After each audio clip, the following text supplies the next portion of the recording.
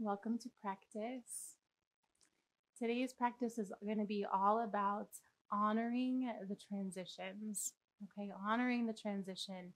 So, in our physical practice, in yoga and other modalities beyond, a lot of times there's a focus on the arrival to a posture. So, on the end result of the posture, right?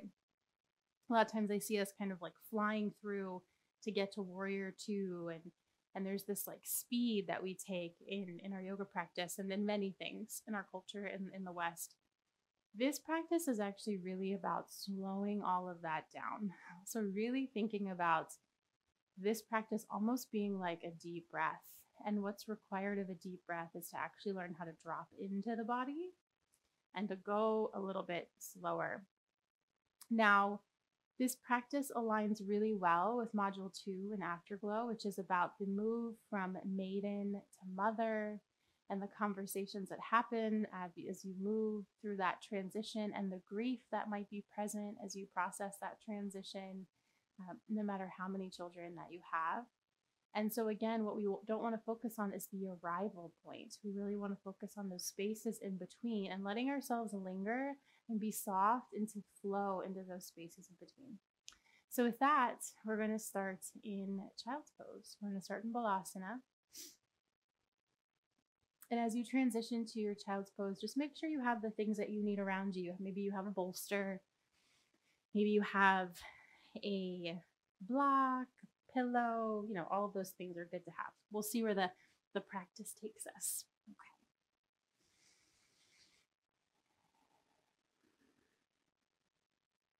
The forehead melts towards the earth. The hips melt towards the heels. They may not touch, that's fine, but really let your breath start to move into the ribs here.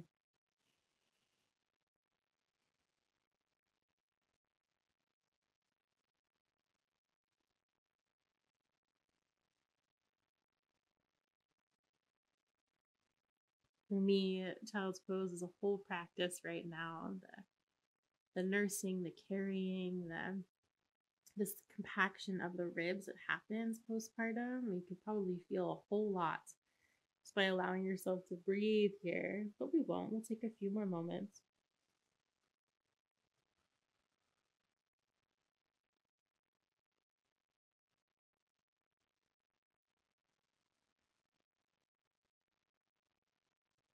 And then gently begin to float up into tabletop. So hands will slide underneath of the shoulders, the knees will come underneath of the hips. And we're going to move into some cat-cows here. So tucking the toes, heart's going to reach forward more than the belly dropping down, chin can lift. And then as you exhale, round into the back body, press into the tops of the feet. And then try it again. Inhale, the heart moving forward. Again, really not dropping the belly because we don't want to overstretch the belly postpartum, just as in pregnancy. And then go ahead and round into the spine, chin towards the chest. And try it again. Inhale, the heart moves forward. And exhale, we round.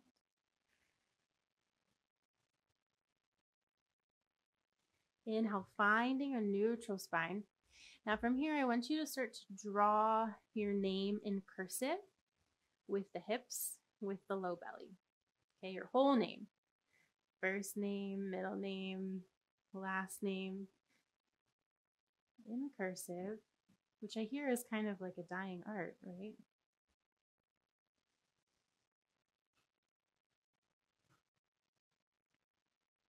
Gentle movements with the hips. And what you're doing is you're waking up the low belly, waking up the muscles in the core. Good. And then when you're finished, you might want to make bigger movements with the hips, swaying from side to side.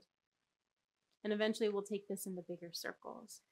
So imagine that you're almost drawing giant circles on the mat below you with the hips.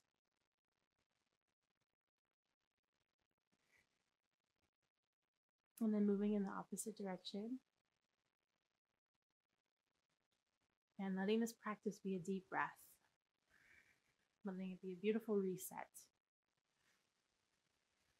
And then finding your way back to table. Now from here, we're going to take the right leg back behind us. If there's back pain, hip pain, You can keep the toes down, but if it's all right, go ahead and float them up.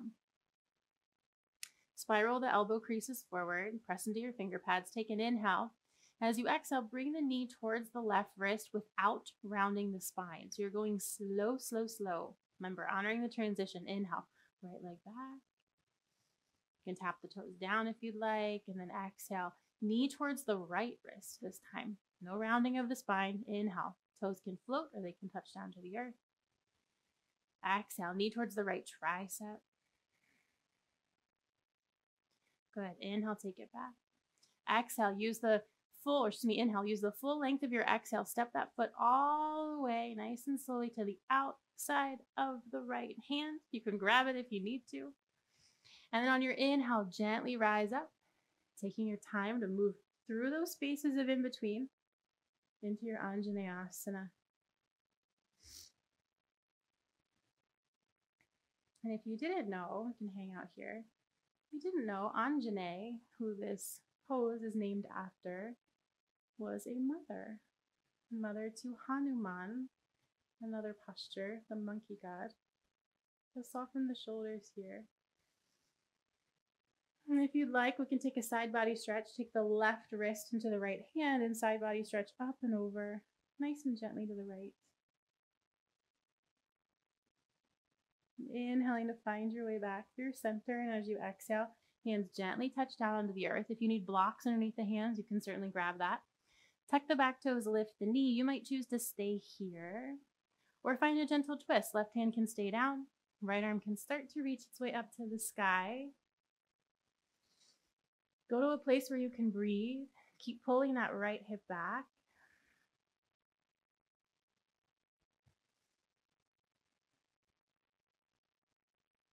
And then gently everything comes back down. Right hand can come back down. We're going to take an inhale, look forward, keep the right knee bent. And as you exhale, nice and slow, use the whole length of the exhale to straighten out through the right leg. Whole length of the inhale, bending the right knee, looking forward.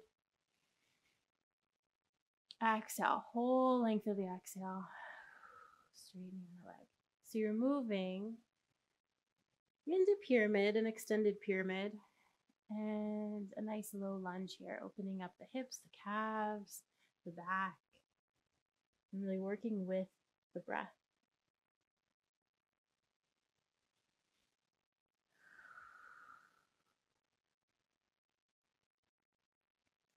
Last one here, inhaling, bending in the right knee, step the left foot up a few inches. You're in your warrior one stance, okay? And then gently rise all the way up into your warrior one. And as you get there, maybe float the arms up. And you might need to actually put the hands on the hips and just make sure that one isn't higher than the other, that they're level, neutral, lengthening the tailbone down, and then beginning to reach the arms up to the sky. Soften the shoulders, soften the jaw. And again, allowing this transition and really feeling this into the body, bringing this more into an embodied stance. We're going to take a breath in. And for a count of 4, begin to fold forwards. So beginning 2, 3, 4, hands touch down. Inhale, count of 4, lifting up for 2, 3, 4, and back down. 2, 3, 4, and lifting up for 2, 3, 4. It's okay if this is challenging, either on the breath or on that right leg. Last one here. Big breath in, then slowly bring the hands right towards the heart, hands towards the hips. Go ahead and step the left foot up to meet the right. So you're more or less in Tadasana. You can reposition the feet here. Inhale, sweep the arms up, lengthen the tailbone down. Exhale, hands towards the heart. Try it again. Inhale, sweep the arms up. Exhale, hands move through heart center, bend the knees, come all the way down, Uttanasana, forward fold, surrendering into the fold. Inhale is a halfway lift. Exhaling, you bow. Plant the hands, step back into down dog. Adho Mukha Svanasana, downward facing dog. Head nice and heavy. And I'm going to let you choose. We're going to drop onto the knees, and you can come back into cat-cow, or if it feels comfortable to you, rock the hips forward. Elbows are going to hug in as you lower all the way to the belly. If you're nursing, this may not be comfortable for you and may not be comfortable to come flat, so you can keep floating the head. Inhale, press into the hands a bit. Lift up into cobra. And then exhale, everything comes down. Push all the way back into your child's pose. Take a pause, take a beat. Breathe, notice.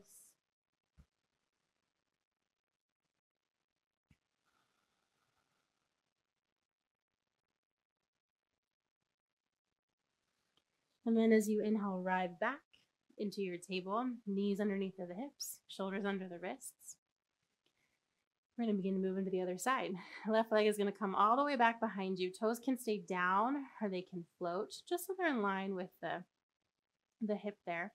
Take a breath in. And as you exhale, take this knee over towards the right wrist. Don't round through the spine though. We're really trying to allow the low belly to come into this. Inhale, open up.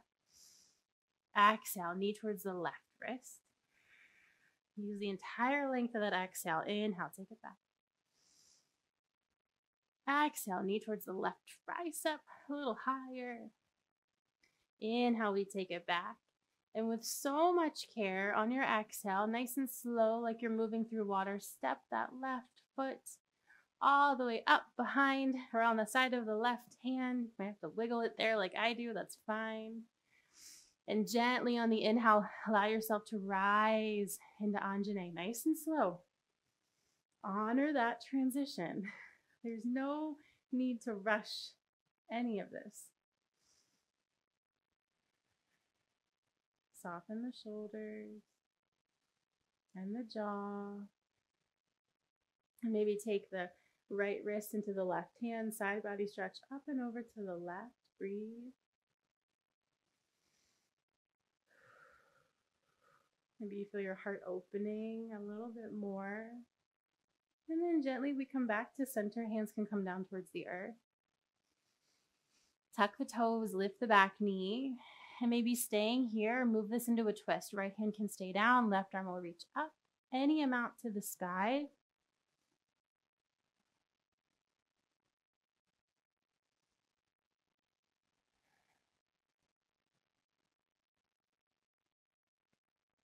And everything comes down, left hand. Good, and we'll start to flow this. Take in an inhale, and as you exhale, gently straightening out through the left leg, slowly into your extended pyramid. Inhaling, low lunge, come forwards. Exhaling. Transitions take time, right?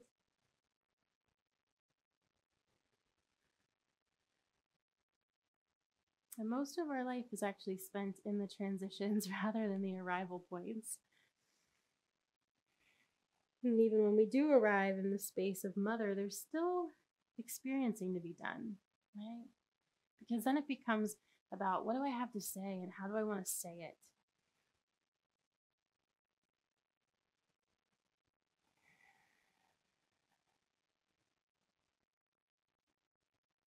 Good. Next time that left knee bends, pause, step the right foot up a few inches, press into that right foot, and then arrive into your warrior one, your Virabhadrasana one. Take your time lifting the arms up, softening through the shoulders, softening through the jaw.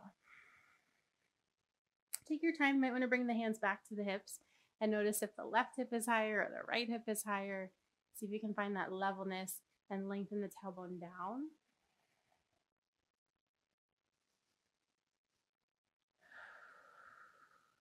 And we'll start to move here. Take a breath in. And as you exhale, lower down for 4 and 3, 2 and 1. Lifting up for 4. Here we go. 2, 3, 4. Exhaling down.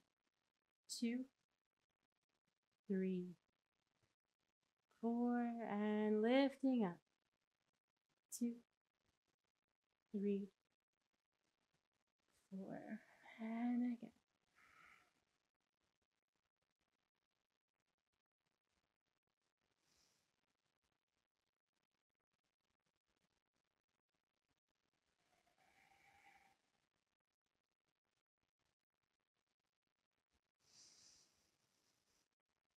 Pausing. Eventually stepping that right leg up towards Tadasana. Hands can come down towards the heart. Inhale, arms reach up to the sky. Exhale, hands back towards the heart. And then maybe to the hips, maybe down by the sides. I just want you to start to roll through the hips. So you might even want to take your feet a little bit wider. Okay. I'm going to invite you to do anything you want with the arms, with the hands, with the upper body. Just see where the movement is asking you to go. See where your body is asking you to go. And if you've never done something like this before, that's okay. It can feel very strange. So you can keep it real simple and just do the hip rolls. And then start to move in the opposite direction.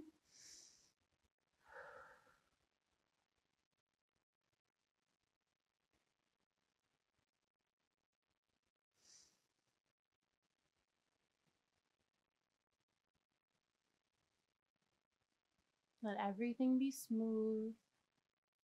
Almost like your movement is poetry, right?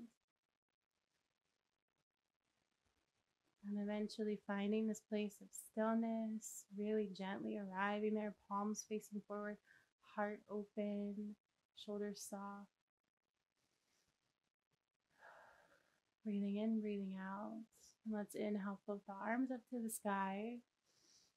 Exhaling, the hands move through heart center all the way down. Inhale, halfway. Exhale, fold. Plant the hands, step back. Adho Mukha Svanasana, downward facing dog.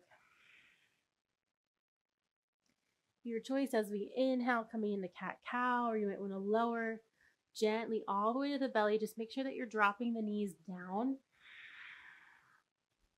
Elbows hug in as you lift into Bhujangasana. Exhale, back into our child's pose.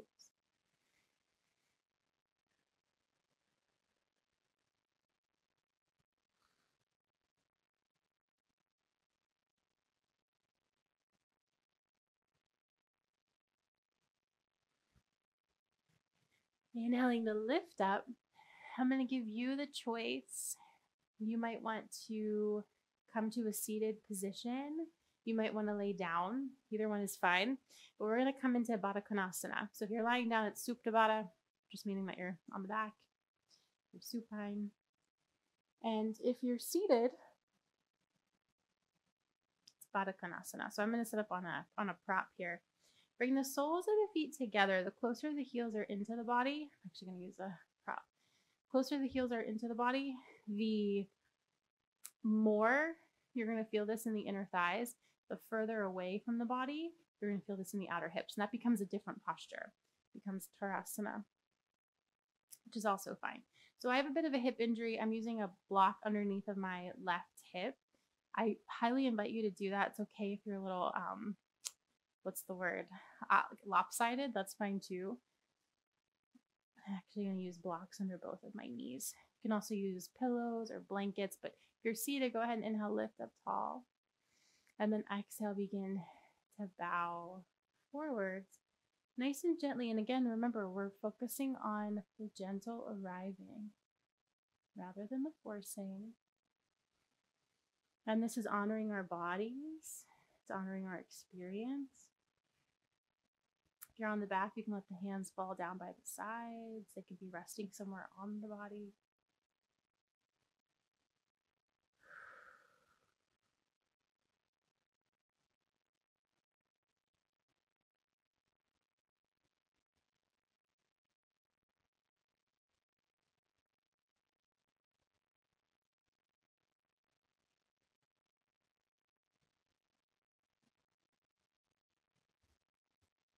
And then And gently starting to lift all the way back up if you're seated. If you're reclined, you might want to choose to stay there in Badaknasana and Supta Badaknasana.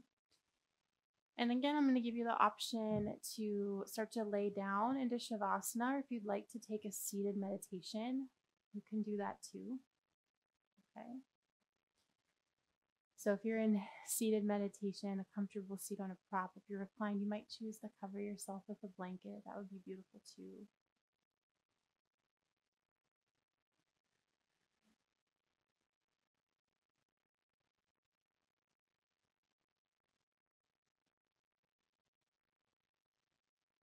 And eventually starting to close the eyes. Maybe taking a nice full breath in through the nose, out through the mouth.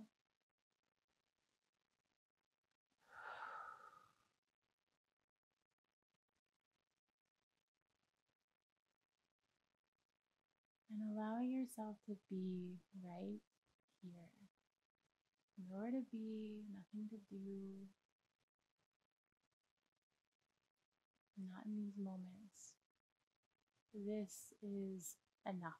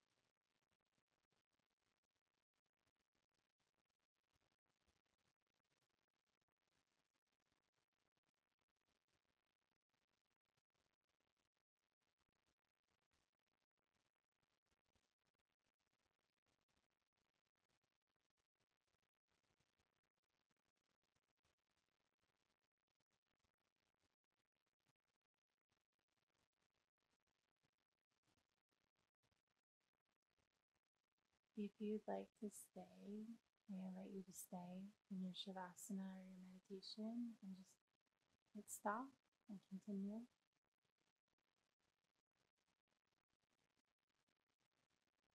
If you're ready to transition out, just gently deepening the breath, wiggling the fingers and the toes, and rolling over to one side, and eventually making your way up into a seated position.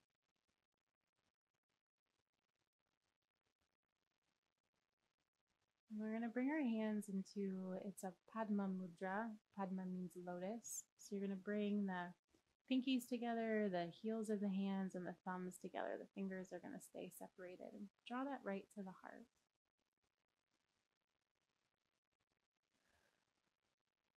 Breathing here.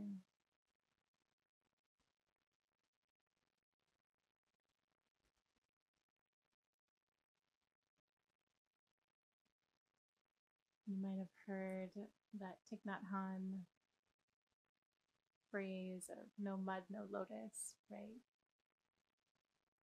that the lotus emerges from the mud, from the muck. And that can be interpreted as whatever is challenging, a little darker. And so here we honor that experience, that there is so much beauty in all of it, in all of those spaces. And that it's not something you can force, but you can encourage.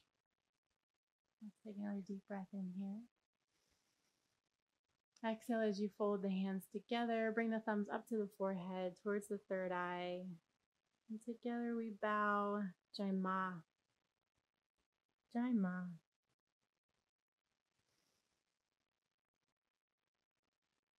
Thank you for a lovely practice. I hope this serves you. And I'm here to answer any questions you may have about your experience or about what we just moved through. Thank you. Thank you. Thank you.